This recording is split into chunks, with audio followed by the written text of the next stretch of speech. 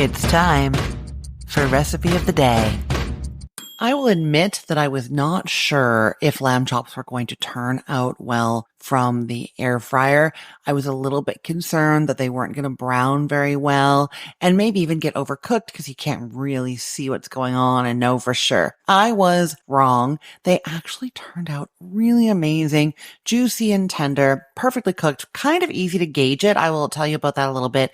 I will say though, they don't quite end up as brown as if you pan sear them. And so I have this little hack where I make a little mixture of like rosemary and garlic that gets sprinkled on the lamb chops just for the last little bit of cooking in the air fryer. And that, well, it adds lots of great flavor, but it also kind of hides the top of the lamb chop so you don't notice that it hasn't gotten as brown and like pan-seared as it would if you'd done it in a skillet. So this is just a very easy, hands-off way to cook lamb chops. And yeah, they're just done in the air fryer. Very simple. So this will work with either lamb rib chops or lamb loin chops. Those are both small cuts and you need about 2 to 3 per person, depending on what else you're having. Now that becomes important because you can't really cook these in batches in your air fryer. Like you can't keep some warm in a great way while others are cooking. So you want to make sure before you start that you can fit all of the lamb chops that you want to cook in the air fryer at once. I can get 8 lamb rib chops or lamb loin chops into my air fryer. So that works very well for my family of 4.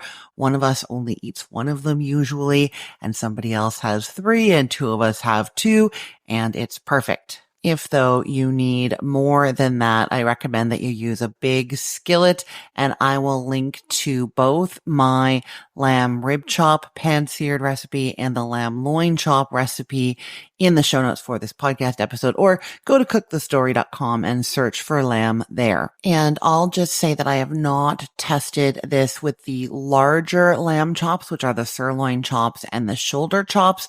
So I am not yet sure if those turn out great in the air fryer. This is just about the rib chops and the loin chops. And I'll say also actually the rib chops, whether they're Frenched or not, will work the same way in here. It doesn't matter. And Frenched just means the bit of fat and meat from the last couple inches of the bones have been removed. So they're kind of like little lamb lollipops. If yours are like that, they'll work. And if they still have the meat on the bone, those will also work. So you're going to start by preheating your air fryer to 400 degrees Fahrenheit. I don't always preheat the air fryer, but we do want to get as much heat as possible in here. So even though you're going to open the basket and a lot of the heat's going to escape, the pan is going to stay hot. There's going to be a little bit more warm air in there that's going to help. Okay. So preheat the air fryer to 400 degrees Fahrenheit. And then you're going to sprinkle your rib or loin chops all over with a teaspoon of salt and a half teaspoon of pepper total.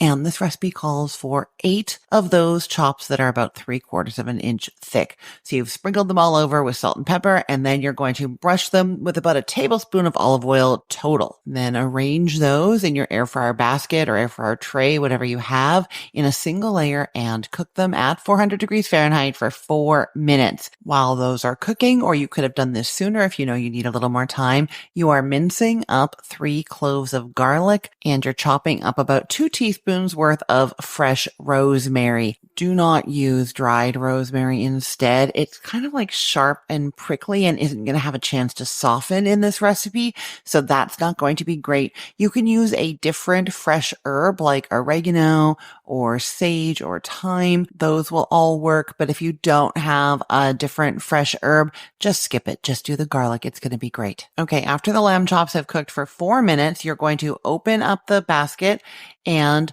do not flip them over. We're trying to get as much browning as we can. And so we're going to maximize the browning on the one side. And so don't flip it, but instead you're going to sprinkle that garlic and rosemary mixture evenly over the tops of the chops. And like I said, that's going to add great flavor. Adding it towards the end like this, make sure that the garlic and rosemary are not going to like burn and get bitter. So they're just going on at the end, adding flavor, not burning, and hiding the fact that the lamb chops aren't browning super much when they're cooked in the air fryer. So that's what we're doing there. Sprinkle that all over. And then you're cooking them until they're just below your desired preference in terms of doneness. So I like them at medium, which is the recommended temperature by the USDA for lamb. It's 145 degrees Fahrenheit minimum. So that is going to be 3 minutes to get them to about like 140. And then you're taking them out and tenting them with some foil loosely, and they're going to rise up to 145 in that like 3-minute resting time. Now, if you like yours medium rare, you would just cook them for 2 minutes after adding the garlic topping. And if you want them medium well, you would cook them for 4 minutes after adding that garlic topping. I will just say, of course, that not all air fryers are exactly the same. And so if you make these and they end up a little bit more well done or a little bit less well done than you like, make note of how long it took, because that's just going to be what you need to do the next time. It will be consistent and it will work well, but it might just be, we're talking about like a minute here or there. So it might need a little minute more or a little minute less in your particular machine. Okay, I will put the link to this recipe in the show notes for this podcast episode, or you can head to cookthestory.com/ROTD and get it there. Everything there is arranged by date, so it's helpful to know that today is February 27th of 2025. And if you enjoyed this podcast episode, make sure you're subscribed so that you get a new episode every single day, 7 days a week. I'm always there with a new recipe for you to try. You can subscribe by going on your phone, going to your favorite podcast app, and searching for Recipe of the Day. You will find me there, or go to cookthestory.com/ROTD. There are some follow buttons along the top for like YouTube, Google, Apple Podcasts. Those are there. You can tap on those and follow me from there. I'm Christine Pittman from cookthestory.com, thecookful.com, the all new chicken cookbook, and from this podcast, Recipe of the Day. I hope you have a great day. Let's get cooking.